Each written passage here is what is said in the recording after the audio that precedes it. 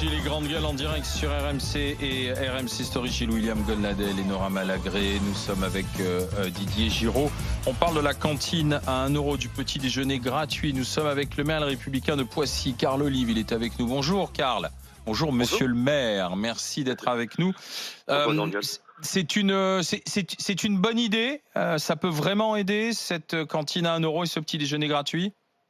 Écoutez, quand on parle de santé publique, évidemment que ça ne peut être que de belles idées. Après, il faut qu'elles soient bien entourées parce que, comme à l'habitude, on va nous imposer des choses pour lesquelles on aurait bien aimé être confronté au préalable. Je m'explique. À Poissy, par exemple, le coût global de la restauration scolaire, c'est que 4 millions d'euros par an, avec un reste à charge pour la collectivité de près de 70%, c'est-à-dire 2 500 000 euros.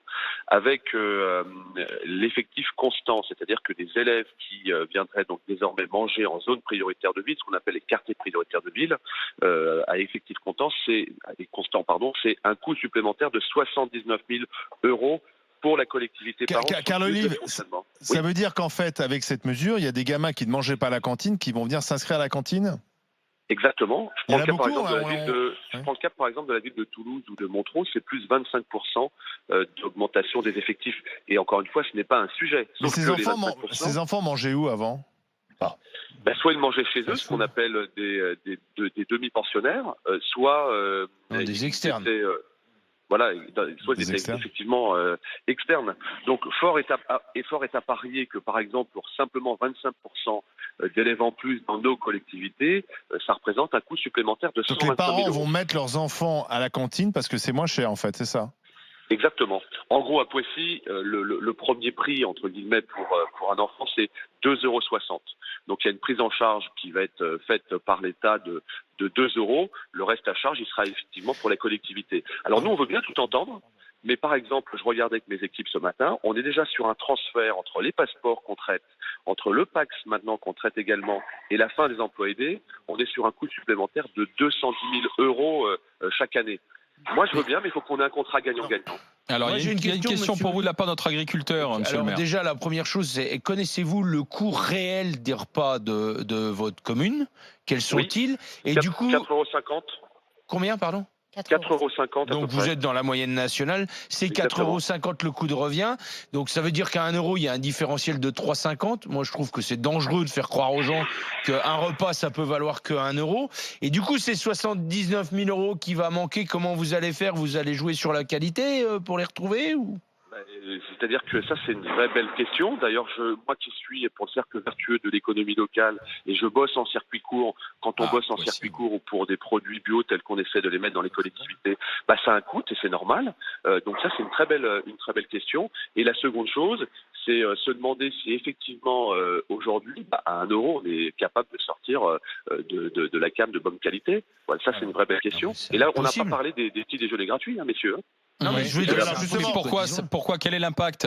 Le petit déjeuner gratuit. Quelqu'un paye, c'est pas gratuit pour tout le monde.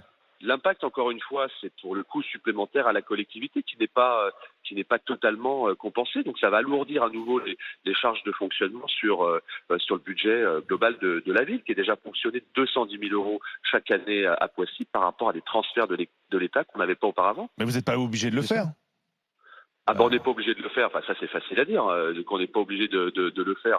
Demain, quand on va généraliser, si tel était le cas, effectivement, l'ensemble des repas à 1 €, on aura beau dos de dire l'État a décidé, les villes ne suivent pas. C'est pas comme ça que ça se passe. Vous croyez que je suis capable de dire moi à l'État aujourd'hui qui me dit que je suis site pilote, notamment de la confection des passeports, des cartes nationales d'identité, je vais dire non, ça m'intéresse pas.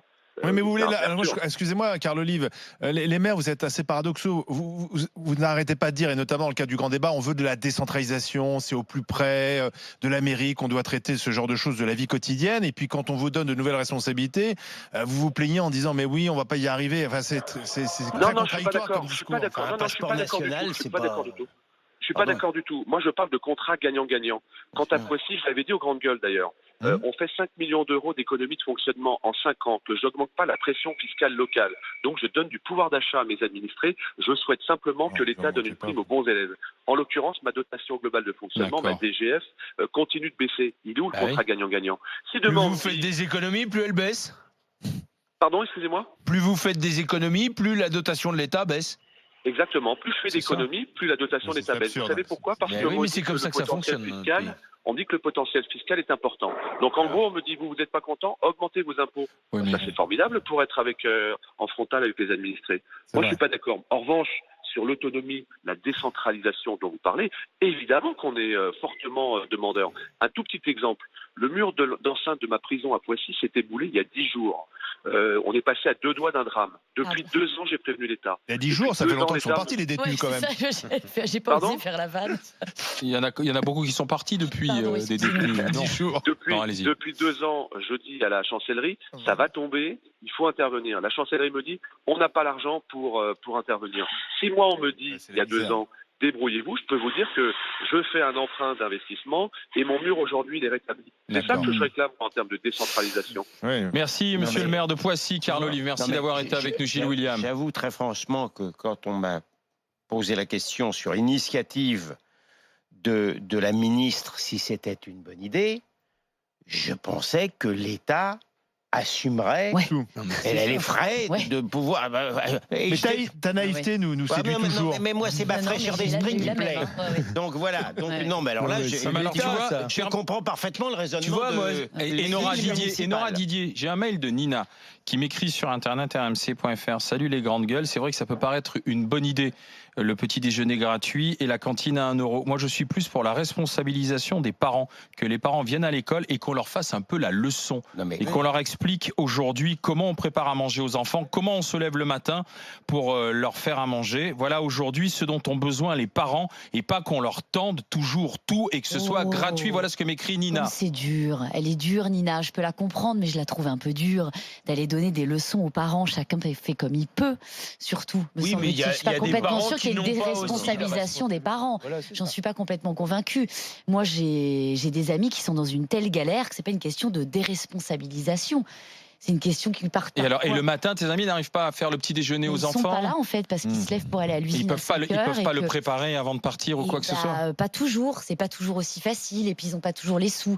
Je sais pas. Enfin moi je connais pas assez bien le dossier, moi qui suis une grande privilégiée, mais je trouve ça un peu dur en tout cas de tout remettre sur la fameuse déresponsabilisation des parents. J'en suis pas. Enfin il y a des parents irresponsables, donc il faut bien. Oui non mais d'accord, mais il y en a aussi qui sont tout à fait responsables et qui ont juste pas pris. Même si les parents sont irresponsables, est-ce que les enfants est-ce que ça veut dire qu'il faut qu'on enlève notre solidarité C'était mon propos liminaire. L'enfant n'est pas responsable de l'irresponsabilité de ses parents. D'où mon propos liminaire que dans l'ensemble, je préfère effectivement un service qu'on rend directement à l'enfant plutôt que de filer du pognon où on ne sait pas ce qu'ils en font. Voilà. D'accord. Alors tu fais quoi? Alors tu fais comment? Dans cette démarche-là, mon cher Gilles, c'est une économie générale de l'aide et de l'assistance. Tu sais qu'il y a le même débat en septembre lorsque certaines communes donnent un chèque pour les parents à la rentrée scolaire. Et c'est vrai qu'on sait très bien que ce chèque ne sert pas forcément. Et d'autres disaient, mais achetons directement le cartable, achetons directement les cahiers pour que l'enfant ait le matos. Aussi baisser la Tu vois, dans cette logique-là, moi, j'aurais préféré que Madame Dubos, elle nous annonce que le prix moyen des cantines qui est à 4,50, ça devienne 7 euros et l'État s'impliquerait dans l'économie locale autour des cantines et dans le fait que les enfants aient des comment tu fais quand tu es en pleine ville? Non mais tu comprends ce que je veux dire? Oui, mais aujourd'hui, c'est plus cher alors. La démarche qui paye. La démarche que l'État a, c'est à terme de désengager. De se désengager et de désengager les communes de l'acte de donner à manger aux enfants, quoi. Ce que nous a expliqué le maire, monsieur Olive, c'est exactement ça. C'est de dire en gros, aujourd'hui, mon prix moyen va passer de 4,50 à 1 euro. La différence n'est pas compensée. Comment je fais? Je baisse la qualité des repas. Je ne sais même pas si on pourra faire des repas à 1 euro. C'est ce qu'il nous a dit. C'est ce que écrit Julie qui me dit... Je pense que ça doit être dans l'autre sens qu'on fonctionne. Je fais partie des familles modestes, me dit-elle, longtemps au chômage. J'ai toujours pris sur... Alors, je me dis, j'ai toujours pris sur moi le matin, femme célibataire, divorcée. J'ai toujours pris sur moi le matin de préparer le petit déjeuner à mes enfants, me dit-elle. Ça demande un effort. Après, il faut aider ceux qui sont aujourd'hui dans l'exclusion. Qu'il y ait des petits déjeuners gratuits à l'école le matin, ça me paraît être une bonne idée, mais il faut que ce soit aussi de la qualité, cantine et petit déjeuner, et qu'on ne donne pas aux enfants des saletés simplement pour se donner bonne conscience. Voilà ce qu'elle m'écrit sur Internet. Ça, c'est ce que RMC.fr. Non, c'est vrai. Non, là, pour le coup, je suis d'accord avec elle. Et c'est une connerie si baisser la TVA pour les produits de nécessité, ça serait pas... Ça a été refusé par les pouvoirs publics qui ont dit que c'était pas rendre service aux agriculteurs, notamment de faire une TVA zéro sur les produits de première nécessité. Quand on a baissé la TVA, souvent le consommateur n'en a pas profité. On avait baissé la TVA dans la restauration et on n'a pas vu une baisse. Mais l'État qui gère tout dans notre pays, ils ont qu'à s'impliquer dans la répartition des marges. On met les produits de première nécessité, déjà, définissons-les. Pour moi, c'est matières premières alimentaires et ça s'arrête là. Hein. Et le vin. Et le vin. Matière première non, alimentaire. pas le vin. Pas le vas-y, mais fais-toi plaisir. Là. Mais on peut, si tu veux. Là. Ça n'a pas été retenu. On peut discuter avec toi. Alain, il dit que son château Pétrus va baisser, tu comprends? Non, mais... Et après, l'État qui donne des leçons à tout le monde, qui est capable de tout réglementer jusqu'aux accès handicapés, jusqu'à ce que tu mets dans ton assiette, il s'implique dans la répartition des marges. Parce qu'aujourd'hui, la réponse qui est faite, si on baisse la TVA sur les matières premières agricoles, ça ne bénéficiera pas aux consommateurs, ça ira dans les poches de la grande distribution. Oui. Mais que diable, impliquez-vous dans la répartition. Et comment tu empêches la grande distribution justement, de... ça fait des règles. Tu sais que justement, cette TVA à 0% sur les produits de première nécessité, ça fait partie des propositions qui sont remontées dans le grand débat. Ouais. Ce grand débat, on va y venir dans un instant. Les Gigi veulent savoir si avec toutes ces propositions qui sont remontées du terrain, le gouvernement peut nous surprendre. À tout de suite au 32-16.